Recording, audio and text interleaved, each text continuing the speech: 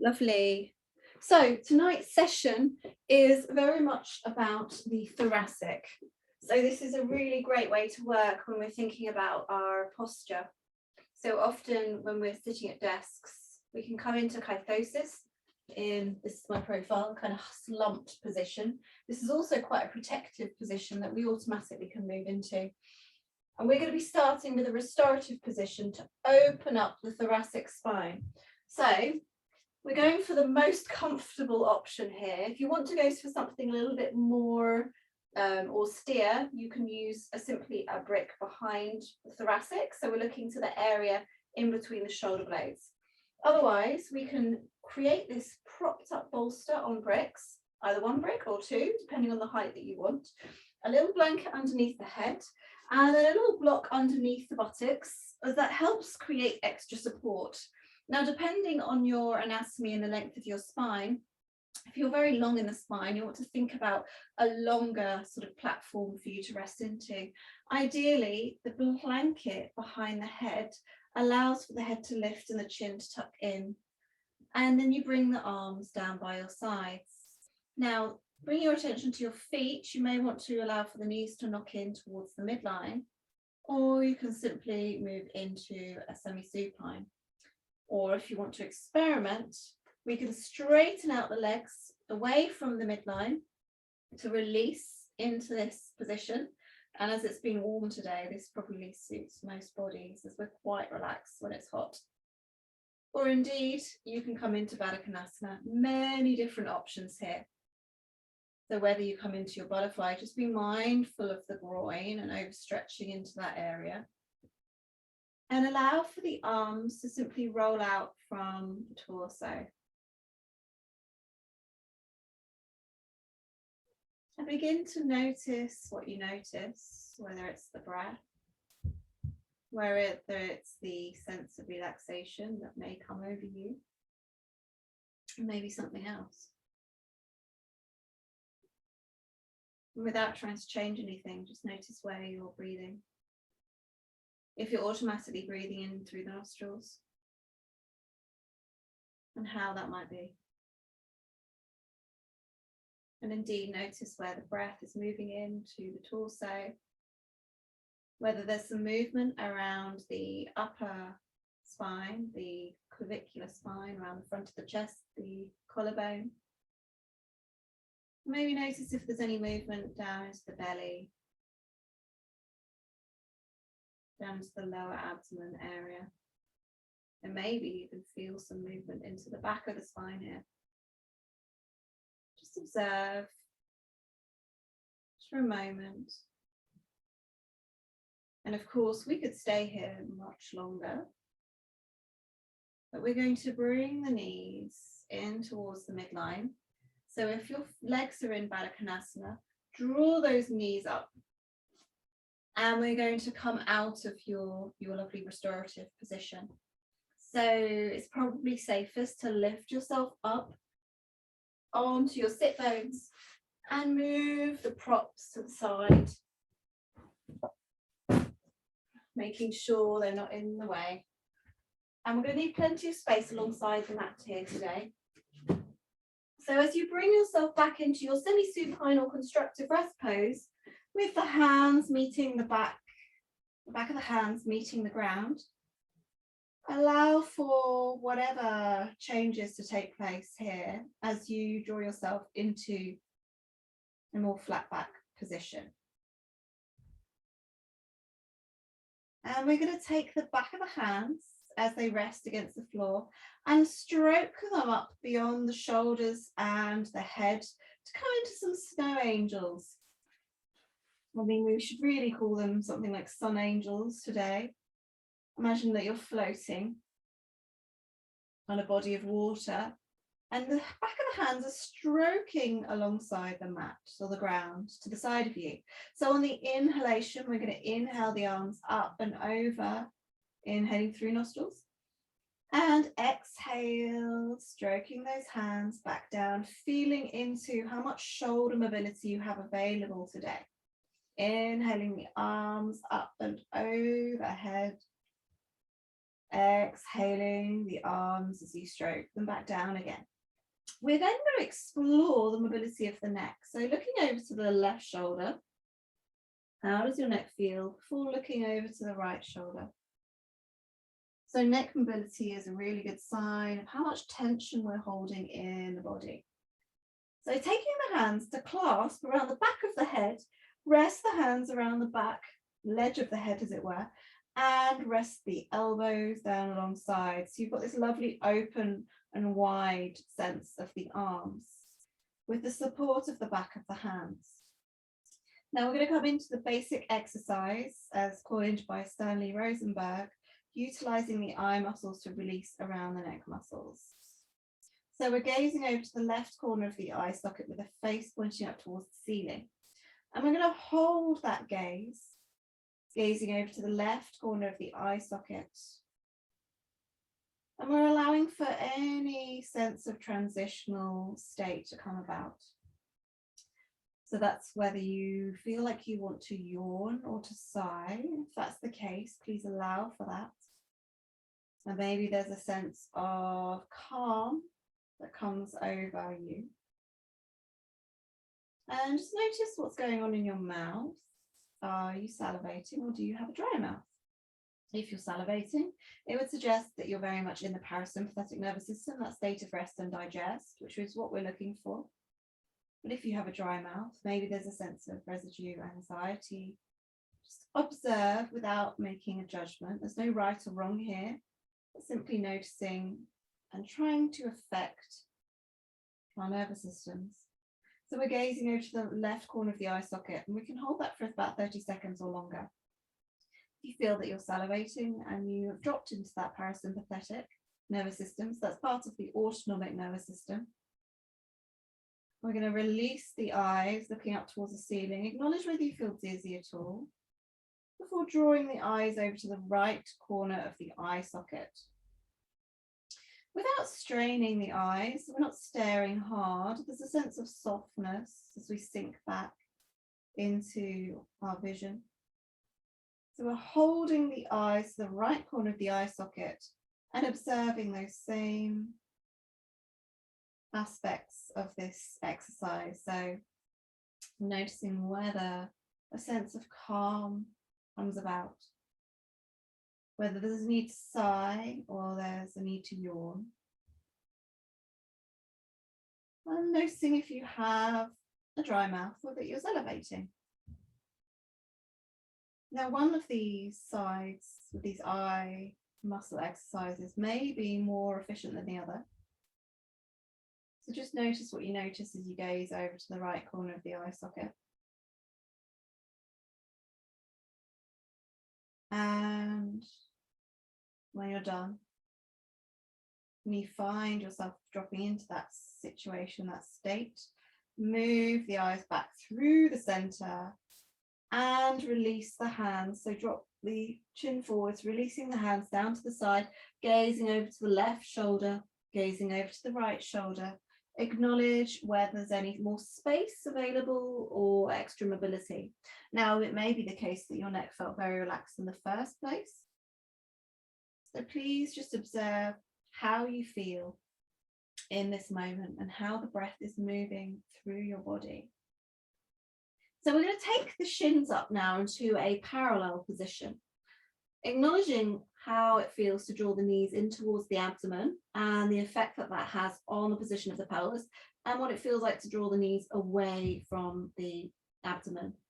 So this is going to be helpful when we come into eagle to acknowledge the position of the pelvis and how much effort you have around the abdominal, rectus abdomini, in terms of the position of the pelvis and the legs. We're then going to bring the hands up towards the ceiling and reach so that arms are popping out of the shoulders, and then allow for them to release and drop down so you can feel the shoulder blades against the floor. So you're coming into a dead bug position. Now, with a sense of openness, as you open the arms out and the knees out, we're going to roll from side to side, a little bit of somatic movement. And how wide do you need to make this to prevent yourself from rocking all the way through and over? And then the next time you let the knees drop over to the left side, we're going to bring the arms to the right and the gaze follows. And then as we bring the knees over to the right, the arms follow to the left.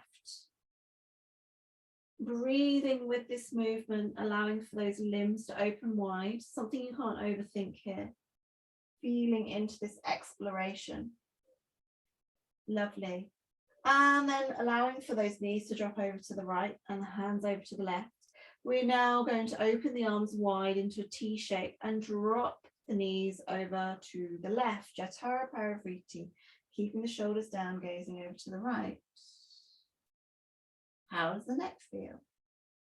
Breathing into the torso. The gaze follows up towards the ceiling, rolling the knees over to the other side, and the gaze follows to the left.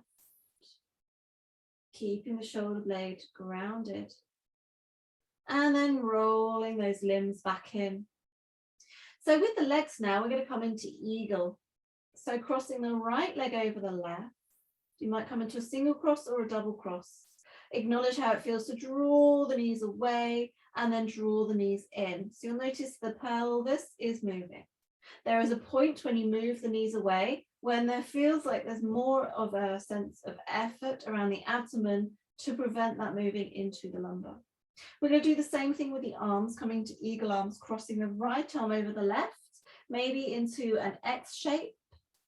Maybe the elbows move beyond one another. The backs of the hands come together. And then maybe you can wrap the fronts of the palms together. So we're coming into eagle in supine. On an exhalation, we're going to draw the knees and the elbows together. On an inhalation, allow for the limbs to move apart. Exhale and inhale 5 times with your breath here. Exhaling, feeling the lumbar flatten against the floor. Inhale. Exhale. Inhaling and exhaling to draw the limbs together. We're then going to open the limbs out and allow for the knees to roll over to the left side, coming to Jatara Parivriti. Gaze follows to the other side. Breathing into this strong rotation as the legs are wrapped. And of course, you can have this with the legs unwrapped. Breathing into the belly before you gaze up towards the midline and roll the legs in towards your ceiling position, so neutral. We're going to decross the legs, give the knees a bit of a hug to come into a symmetrical space, Uttanasana, and then come back into that position. So this time we're going to cross the left leg over to the right. You've got a single cross or the double cross if the feet will make it. The arms come into this wide wingspan, crossing the left arm over the right, maybe moving beyond the elbows. Bring the backs of the hands together as you fold through the elbow, and the front of the palms come together, potentially if that's available to you. And as we inhale, the elbows and knees draw away, and we exhale to gather in around the navel center. Inhale and exhale. 5 of these in your own time. Inhaling and exhaling. Allowing for that sense of moving the elbows up towards the chin and exhaling together. Inhaling and exhaling. And of course, you can do more of these if you so wish, before opening up, unwinding the arms and dropping the knees over to the right side, this time keeping the shoulder blade grounded, gazing over to the left hand, Jatara Parivriti, supine rotation. Breathing into the belly, acknowledging that this is a much stronger rotation with the legs in this position, so indeed you can do this with the legs stacked, or you can get hold of a bolster and pop that underneath the knees. Inhaling through the midline, drawing the knees back through center and unraveling. So tuck yourself into your little ball. Gazing down at the feet here. We're going to rock and roll along the spine. Now, as you rock and roll, to feel into each shoulder blade individually. How does it feel to roll up onto the left shoulder blade? And then how does it feel to roll to the right shoulder blade? And then tucking the feet under, we're going to bring ourselves into our all fours position. very much with that attention in between the shoulder blades. Spreading the fingers wide. How does it feel to draw the shoulder blades together to come into your extension? So the movement is coming in around the thoracic as opposed to the position of the pelvis, but we allow for that movement as it comes in around the thoracic, so in between the shoulder blades, to recoil up through the spine, up to the top of the head and the tailbone. We're going to inhale through neutral and exhale, allow for space to come about around the shoulder blades as we press into cat. Inhale into a more neutral spine, exhale, feeling into the shoulders. Now this changes things somewhat, thinking about the shoulders as leading the movement. Might make this feel more complicated. And then draw yourself in towards your neutral. We're going to pad the hands out in front to make our way into our puppy pose, sinking the heart space down towards the mat. Puppy pose, reaching the sternum or the breastbone as the buttocks rise. You've got a 90-degree angle throughout the legs. And then padding the hands back into your neutral. I'm going to take the right hand in towards the midline under the face and inhale to reach up through the left arm. So we've got this winging action. And then exhale, we're going to thread the needle and the arm comes through. Gaze follows. Inhale, reaching up towards the ceiling. Exhale, thread. Inhale. This time you have the opportunity to hold this action, thinking about the shoulder blade moving with the arm like a wing, and then exhale through. So the gaze follows, and we can reach up through the right arm, feeling into the armpit, yawning open. In, I'll thread the needle. Breathing here before that hand comes back to the face, and we unfurl the arm back into neutral. Left hand now comes underneath the face. Inhale, reach. Exhale, thread the needle. Gaze follows. Inhale, take this only as far as you need to today. Exhale, this may be a gentler movement if you've got any shoulder injury. Inhale, reaching with the gaze following. And then exhale, the arm can come all the way through to wherever feels comfortable, reaching out through the left arm, and feeling into the armpit, breathing here. And then bring that lengthened arm back to the face. We're going to unfurl and release the hand back down. Now sinking the hips towards the feet, acknowledge how kneeling feels. So we're going to clasp the hands behind the buttocks to come into a rabbit pose. Now, if this feels too strong on the shoulders, we can bring the hands down to the ground. We're going to aim for the forehead to meet on the mat. So again, if the mat isn't accessible to you today, we're going to get the block and use that so you've got the length to bring your forehead down. In this position, we explore the arms reaching up and over as we roll onto the crown of the head. And then roll back down as the arms come back. Now, if you want to strengthen this action into the shoulders, you bring the base of the hand together and roll into your rabbits or hare pose. And bring that back down again. And you can do that one more time, either optioning for the hands behind the buttocks or the hands in an almost tripod position. Feeling into the crown of the head and rolling back down onto the forehead. The gaze comes back up. Lovely. So just acknowledge how that pressure into the top of the head feels. And we're going to move into the arms in a slightly different way. So we're going to get hold of our strap and work with Gomukhasana. So first of all, bring that strap nice and wide. How does it feel to bring the arms up and over? Be mindful of candles. And you can widen the strap as you bring the arms back to the front line of the body. So indeed, if it's feeling tricky to move the shoulders in this way, you may want to widen the stance of the arms and lengthen the strap. Lovely. Now from this action here, we're going to swoop the right arm over the front line of the body and allow for an exploration of Gomukhasana. So we come into this kind of position, and then we're going to swoop the arms to the front here and bring the left arm over, exploring how that side feels. And then swooping the arm forwards, exploring that other side. Can you get hold of the hands, or are you working with the strap? Exploring how the shoulders feel before bringing it over to the other side and doing the same thing, exploring how much mobility and space there is on this side. Lovely.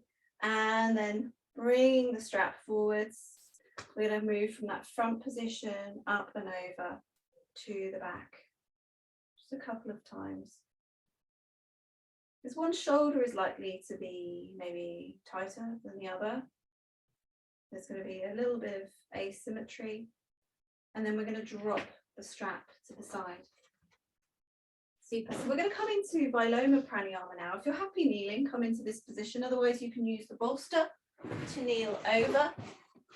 Now we're going to add the broken toe aspects to this. So if you want to open the toes at the same time as working with the arms in our Viloma Pranayama, doing it on the bolster may be a useful way to work into this. So you have a few options. If you don't want to work into the toes today, by all means, we can focus on just the breath. So just tucking the toes under. A little bit of explanation with Viloma Pranayama. It's as though we're stepping up on the inhalation. So we inhale as though we're blowing the belly up and expanding like a balloon. So we inhale and pause, inhale, pause, inhale, pause, inhale, pause. We move to the absolute top of that inhalation before we feel like we're going to burst. And then we exhale the arms back down. So let's do that with our arms here. Our capacity for breath is going to be variable, especially if you're experiencing long COVID or you have asthma. So just work within your own sort of realms of what feels right for your body. So we're going to begin here, inhaling through the nostrils. Pause, inhale, pause, inhale, pause, relax the shoulders, inhale, pause, inhale, pause. Is there space for more? Inhale. All the way up to the top. And exhale through the nostrils. All the way down to the end of the exhalation. Inhaling. Pause. Inhale. Pause. Inhale. Pause. Inhale. Pause, inhale. Pause, inhale. Is there more? Exhale.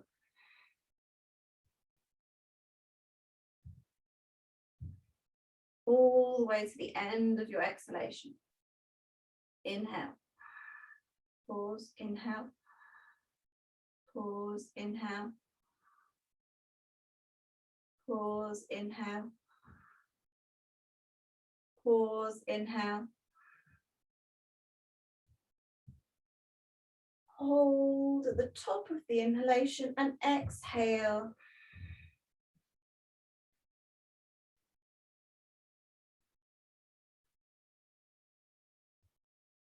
Inhaling. Pause, inhale. Pause, inhale. Pause, inhale. Pause, inhale. Pause, inhale. Holding at the pause at the top of the inhalation and exhale.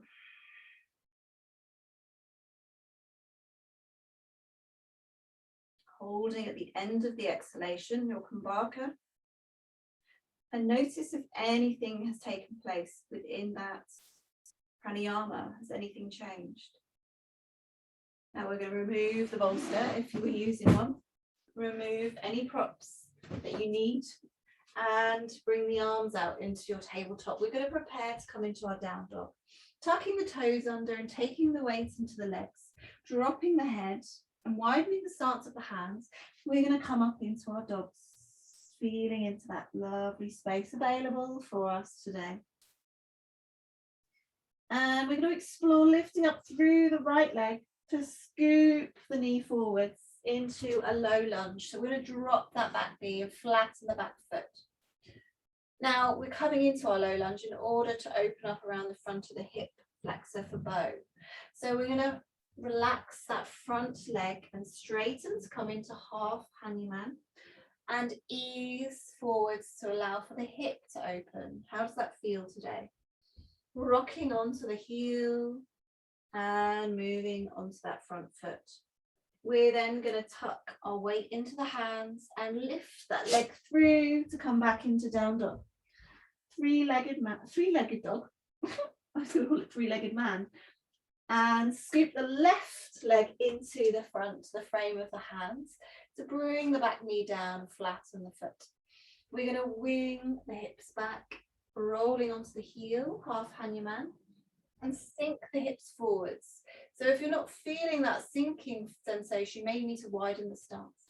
Rolling onto the heel and rolling forwards. So we're going to take the weight off the knee and scoop that foot backwards into your down dog. Breathing into that position. Now we're going to widen the stance into mongrel dog, as my tutor always calls it, bending the knees so you can bring the knees in towards the rib cage. Now we're really shortening the stance here in order to come into rotation. Firstly, can you gaze to the left ankle and lift the right hand? Gazing to left ankle, lifting right hand. We're going to gaze to the right ankle and lift left hand. To excuse my t-shirt, it's moving in the way. So we're looking at the left ankle, right hand lifts, 3-point contact. Can you reach to the shin or the ankle to rotate the gaze under the armpits on the left side? Breathing into the belly here, releasing into the neck. Lovely little rotation. Where do you feel this? Are you feeling anything into the shoulder, side of the rib cage? And then release the hand back down. And we'll do the same thing on the other side, gazing over to the right ankle, lifting up through left hand and threading the hand over to ankle or shin to gaze under the right armpit, breathing into your rotation. Releasing around the neck. Where do you feel the rotation? Here. And then bring the hand back down towards the mat. And the knees come down to the ground. Now from this position, you can either come into, we're going to come into dolphin now. So we're accessing the shoulders slightly different here. Thinking about the position the hands can come into, you either come into the forearm stance with the hands spread nice and wide, and you've got a sense of rounding around the shoulders to lift. And then how does it feel to drop the head and lift up into your dolphin with your hips pointing up towards the ceiling? So if the arms don't feel secure in that position, we come into that lovely V shape with the hands clasped. So you have the option of coming into this, which gives you more security. So those two options, as you allow for the head to dangle, you come up into your dolphin. Now from our dolphin, we're going to aim to take the legs back into forearm plank, breathing into our center, kicking out through the heels, wrapping around the shoulders, gazing down in between the hands. So you've got a certain amount of lift. Now draw the shoulder blades together as you allow for the front line of the body to sink into Sphinx. And then adjust the elbows so they're directly underneath the shoulders, spreading through the fingers. So you've got this lovely sense of lift as you come into Sphinx, with the chin tucked in towards the breastbone. Now we need to make sure that our body is relaxed in Sphinx. So can you rock the hips from side to side? And if you have a busy lumbar, you want to be thinking about the thoracic spine extending as opposed to the lumbar and the lower back. So feel like the breastbone is moving forwards, the shoulder blades are coming or drawing towards one another. In your Sphinx pose, breathing here. And then we're going to release the arms out to the outer edges of the mat to come into a little crocodile position. Settling the face down on one side and settling the face onto the other side. Moving between both cheeks to ensure that our neck is moving in both directions. Now from this position, we're going to explore bow. So firstly, how does it feel with the spine and the upper body completely relaxed? How does it feel to bend a knee? Okay, now how does it feel in the knee? Sometimes the knee can struggle in this position. So just acknowledge how the knee feels. Now, can you kick the leg up from this position, working into the glutes and allowing for the knee to lift off the ground? We're going to circle into the ankle in one direction and then circle into the ankle in the opposite direction. Opening up those energy pathways, the nadis into the toes. Now from this position, how does it feel to bring the heel back towards the buttock and grasp hold of the ankle with the left hand rather? How does that feel around the front of the hip flexor and the quads? We're going to kick back through the heel and acknowledge this almost pulley-like system as it lifts the torso off the ground. Gazing at the hand on the mat. So you've got a lovely long neck, relaxing around the head. And maybe you can kick out slightly further before releasing the leg and the hand to the other side. So we're going to come to the right side now, or the opposing side, depending on how you're working. Can you bend the knee and bring the foot in towards the buttock? And then circle the foot in one direction and circle the foot in the other direction, acknowledging the knees. And then can you bring the heel towards the buttock and kick up to lift the knee? How is that in terms of a connection? Is there space available along the front of the quad, the hip flexor, etc.? Now we're going to get hold of our ankle on this right hand side and explore how that feels. This may be enough in your body. Don't feel like you have to take it further. With our gaze down at the hand, we're going to kick out and away and acknowledge a sense of lift through the heart space as we come into our half bow. And then release, releasing the foot, releasing the hand, and wiggling the hips from side to side. If your lower back is twinging, I would recommend coming into child's pose or downward dog. So coming into child's pose, bring the hands underneath the shoulders and lift the hips back into a flexion. You'll see the knees are together, therefore a flexion takes place in that area that can become quite tight. And then bring yourself forward. So we're going to come into our full bow now. So can you bend at both knees? Circling the ankles in both directions. And then get hold of the ankles with hands. Best to hold the ankles rather than the feet, I find. And then with a sense of kicking back, and you draw into your bow. So acknowledge what happens around the thoracic and the spine as you kick the legs out. And explore how that is as you tuck the chin in to breathe into the belly. Now as we breathe and inhale into the belly expands and a rocking takes place as you exhale. Just acknowledge whatever is present within your body. And release when necessary, releasing the hands, releasing the arms, winging the hips from side to side, and then tucking the hands underneath the shoulders. Draw yourself back into your child's pose. Knees together, feeling into the flexion of the spine here before you tuck yourself up into your down dog. Breathing into your downward dog. Again, a great counter pose for bow, acknowledging any movement in the feet and the hands that is necessary. And we're going to transition into Uttanasana. So you can pad the feet forwards, or you can bunny hop forwards, depending on how you feel today. Uttanasana, bend at the knees and allow for the torso to hang freely over the heads, grasping hold of the elbows. Head is hanging, reminding the head Gazing to the left and to the right as you allow for that stacking of the vertebra one by one. As you unfurl into Tadasana at the front of the mat. And I'm just going to move the screen so I'm not headless. As you come into Tadasana, acknowledge the position of the pelvis. So noticing how the pelvis feels. If there's any need to come into a pelvic tilt here, with a slight bend of the knees. Acknowledging how the knees feel. Coming into your Tadasana. Now we're going to link the hands behind the buttocks with bent knees. Come into Yoga Mudra. So with a slight space in between the feet, if you've got low blood pressure, you want to work really cautiously with this. Bending the knees, we're going to exhale and allow for the arms to come overhead and the head to drop. And indeed, acknowledge how the shoulders are here. If you want to make this more challenging, bring the palms together.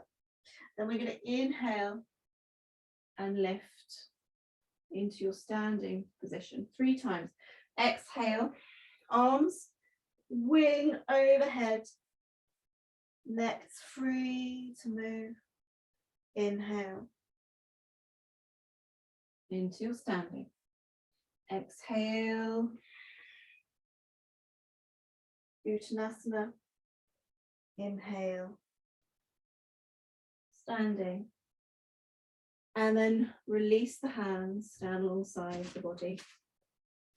And with that observation of the pelvis, we're going to sink the tailbone down into your chair pose, Uttanasana. And bring the hands to heart center, keeping the shoulder blades together. How does that feel? Releasing around the jawline. And then how is it to bring the arms up into your full chair? Do the shoulders become tight? Can you draw the shoulder blades down towards one another, gazing down to the front of the mat, feeling into chair, Uttanasana. And release up towards the ceiling. Now this time as we come into our chair, bring the hands down to the heart center. We're taking the weight into the left leg to come into Garandasana Eagle Pose. Taking the weight into that leg, we cross the leg over once or indeed twice, depending on where you were in supine, sinking the pelvis, the tailbone down towards the mat. We're going to open the wingspan out to the side and cross over the right arm that crosses over to the left. Back of the hands come together, or the palms. And we lift up the elbows towards the line of the jaw and sink down through hips. Eagle pose, Garandasana, fixing your drishti. Finding your balance. Opening up the arms first and releasing legs to the side. So you may want to shake that out because it can feel very pretzel-like coming into eagle. Release and let go. And we're going to move into the right leg now. That same sense of sinking. Hands to heart center. We're going to cross the legs over once or twice. Finding your balance, allowing for the tailbone to sink down. And then we have our wingspan opening as we cross over beyond the elbows, back of the hands come together, or the fronts of the palms, wherever is comfortable for you to come to. This is a balance, so you can use the wall. Lifting up through the elbows, sinking down through the hips. Feeling into the shoulders, the shoulder blades, the rhomboids. The trapezius is accessed here as well. Breathing, finding your fixed drishti, and then opening the arms and releasing out. Windmilling the hands from side to side. Release and let go here. Now we're going to widen the stance. So we have the legs nice and wide here, coming into goddess. So the feet are tracking with the knees. And there's a sense of sinking down. So if you know that your external rotation in the hips is shallow, parallel the feet. So coming into a comfortable goddess pose with the backs of the hands resting against the thigh.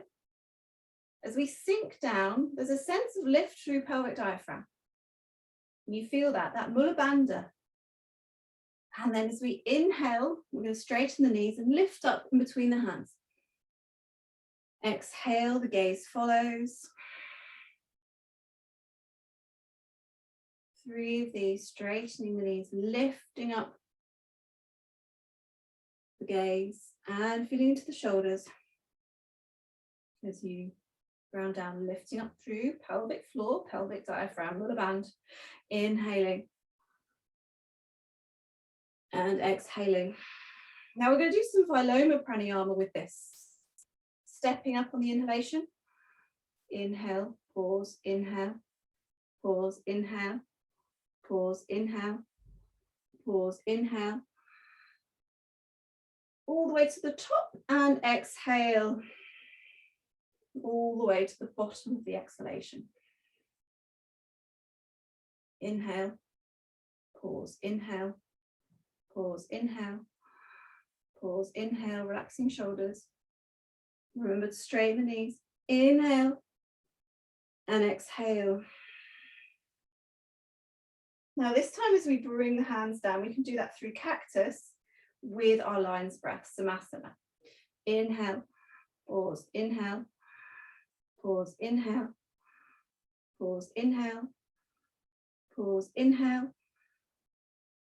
Bending the elbows, sticking the tongue out.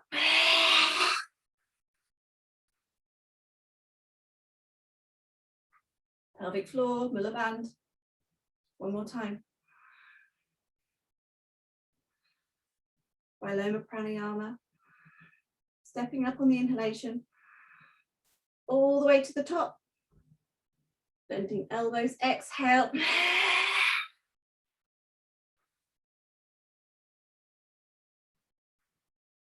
Pause, lifting up through Mula Bandha. Can you lift one heel off the ground? Can you lift the other heel off the ground? And relieve yourself from your goddess. Beautiful, always an enjoyable place to be. So we're going to swivel for a moment, allowing for the front leg and the back leg to follow. So we're parallel here. Now you may want to bring the foot forward slightly. How does it feel to clasp hold of the elbows? Is that comfy for you? And we're going to hinge through the hips to come into a forward fold. So the torso is kind of parallel. Bending the front knee, exploring how that is in your body. And then inhale to release. Now we're going to see if the hands will move into reverse Anjali. Bring the hands together through the midline. So it may look like this. Or come into the first option. And hinge from the hips. That lovely long line between the tailbone and the crown of the head. And inhale up, releasing the hands, shaking them out. We'll step forwards and take the opposing leg back. So the stance is fairly shallow, so it's not like you're on a tightrope, it's nice and wide, you've got slight bends that can take place. Getting hold of each elbow, we're hinging from the hips, taking the gaze to about parallel position. How does it feel to sort of bend that front knee? And inhale to draw yourself back up. Now we're going to take the arms, if you can, into reverse Anjali, reverse prayer. This is really hard to do. This can be quite difficult on the wrists. A little exploration, or you can get hold of the elbows, hinging as you move forwards. Parallel with the ground, bending the knee, and drawing yourself back into an upright position. Releasing the hands and shaking them out. Stepping forwards, and we're going to make our way down to the mat in either a position where you can come into Malasana, sinking down, or we come up onto our toes and sink down through that way. So it depends if you want to move into a parallel place with the feet and the hips. So we can come up, sink down, or Malasana down into squat. Obviously moving the feet if you need to. Drawing up through the spine wherever you are with hands in Anjali Mudra. And move those knees and those feet if necessary. And we're going to drop ourselves down and come onto our backs in a semi-supine position. And you can roll indeed if that's preferable, rolling into semi-supine. But transition in a way that feels comfortable for you. Bringing the feet hip width apart.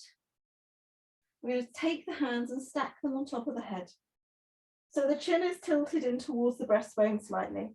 And we're going to gather the gaze to the front of the pubic bone. And in 2 foot support, we're going to unpeel the spine and lift the pelvis as we drop the back of the head down towards the mat.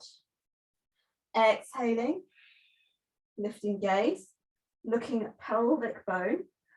Inhale, unfurl through the spine, lifting up through the front of the pelvis. Exhale. Gaze follows up towards pubic bone. Inhale. And exhale. Releasing the head. We're going to take the knees in towards the midline. Now, as we come into our inversion, you can come into pose of tranquility, or you can come into Viparita Karini with legs up the wall, depending on how you feel. So assuming that you haven't had any head injuries or migraines recently, and if you're not menstruating or not pregnant, you may want to rock and roll the legs to come into pose of tranquility. So it's a little rolling action. And you find that balancing point in between the weight of the pelvis and the weight of the feet. Pose of tranquility. And now where is that balancing point in your body? I'm just going to roll out. That balancing point could be in between the shoulder blades. Maybe it's somewhere else for you. The lovely thing about pose of tranquility is you're neither striving for shoulder stand, where we often get very caught up on like a straight body, which isn't that important, or plow, which is this kind of reaching over. You're working with that absolute kind of sense of where that in-between point is for you in your body, which is going to be individual to everyone. And indeed, if you don't want to hold your pose of tranquility, you can roll out and roll back in. It's your practice. You're feeling into what works for you today.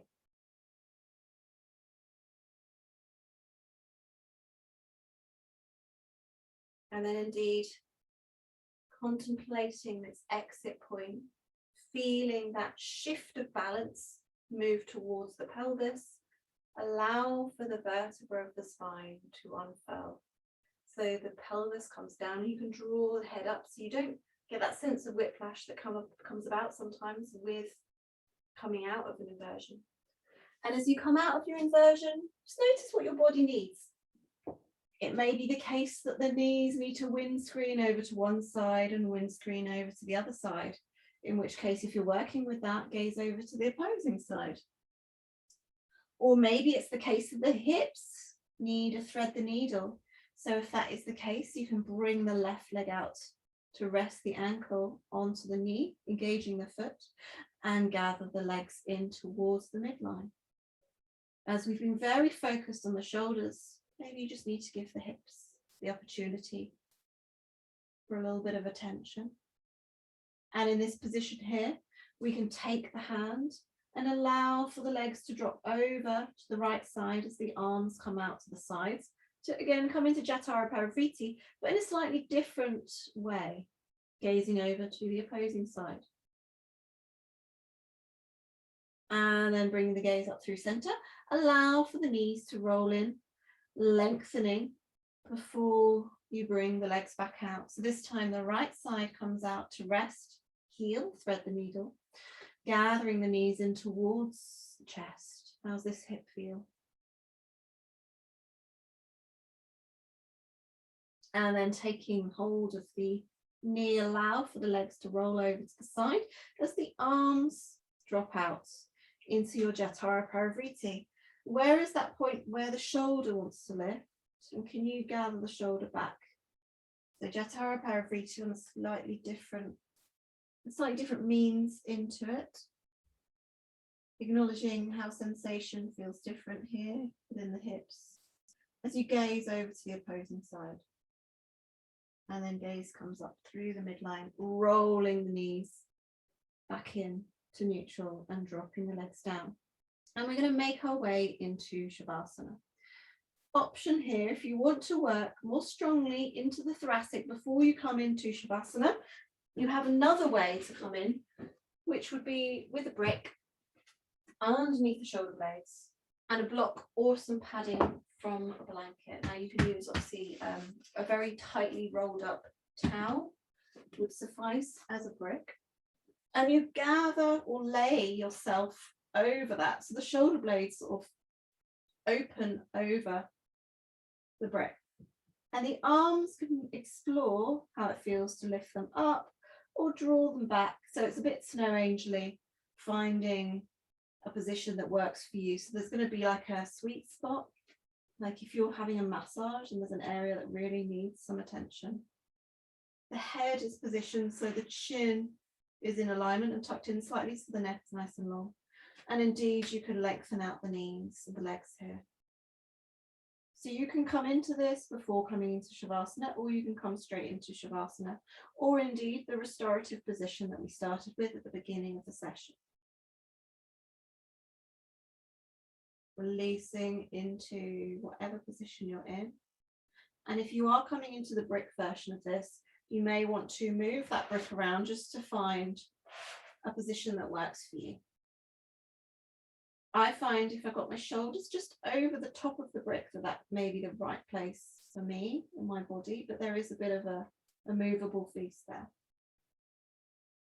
And then to give ourselves the opportunity to align in Shavasana, as you come out of your thoracic opening, lift yourself up and out with caution. Remove the props and come into your Shavasana of choice. So whether you want to come into very nourishing Shavasana with the bolster and a little bit of padding for the back of the head. You can bring the feet together if you started in Baddha Konasana in your butterfly legs, or just allow them to open. Allowing the back of the hands to rest freely. Coming into symmetrical space, or as symmetrical as we can make it in fairly asymmetrical bodies. And I will just draw myself up in order to talk you through the end of the practice.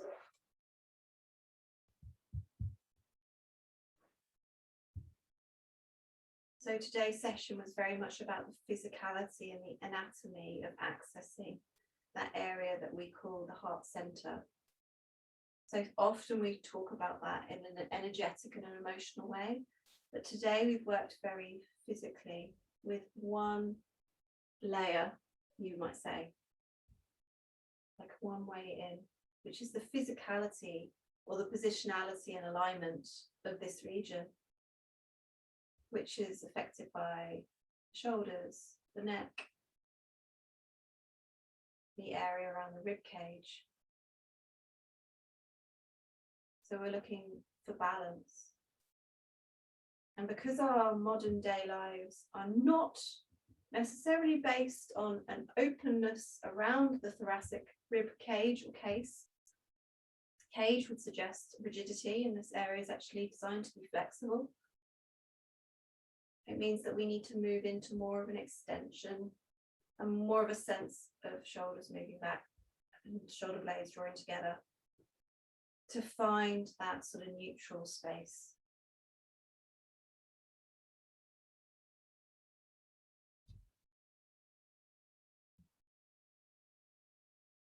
Just acknowledging how this region of the body feels. Whether there are any specific positions that worked for you that you might want to bring into your daily lives. whether it was a restorative position, whether it was the more comfortable position with the bolster or a more austere position with brick or something tightly round and bound to go underneath. You can also do this with a massage ball and place it underneath the shoulder blades. You can move into the rhomboids and the trapezius, which is really lovely.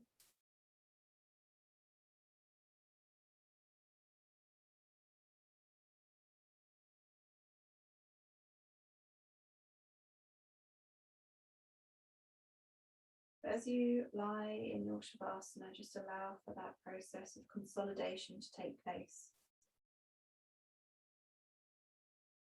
at the end of your practice,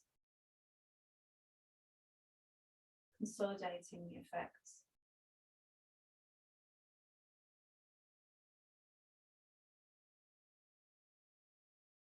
And again, maybe Viloma Pranayama worked in some way for you. Maybe you noticed a difference in terms of how you felt after practicing for a short while.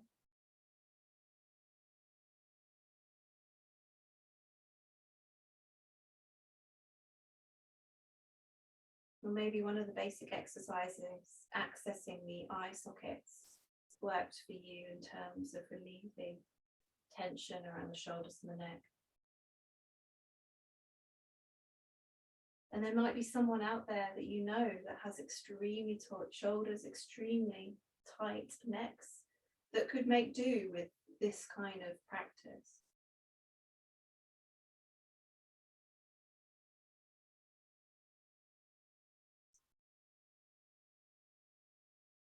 Yoga does not need to be strenuous to be useful.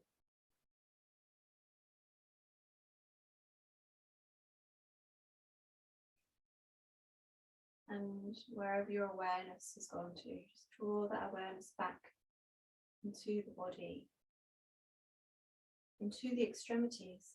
And I invite you at the following sound to roll over onto your either side, because you're at home with your body, into a fetal position, maybe creating a little cushion for the side of the cheek of the arm.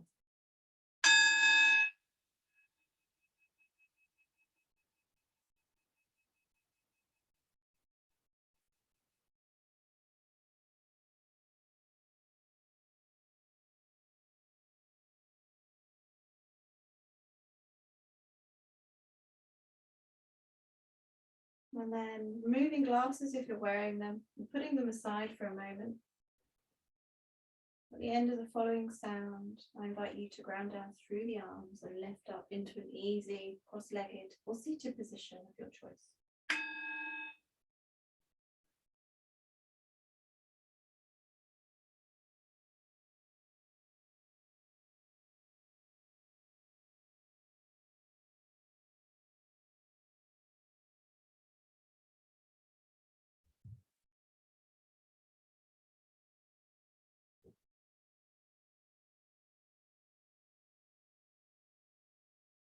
And we're going to place our thumbs, so we're clasping the fingers and placing our thumbs to the forehead, dropping the shoulders to close the practice, feeling into the shoulder blades, almost drawing them together as though there's a little zip there, and then releasing the shoulders down.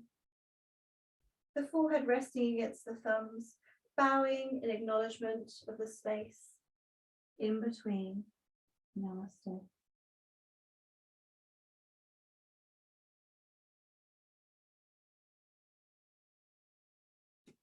Lovely to see you, and I hope some of those practices were useful.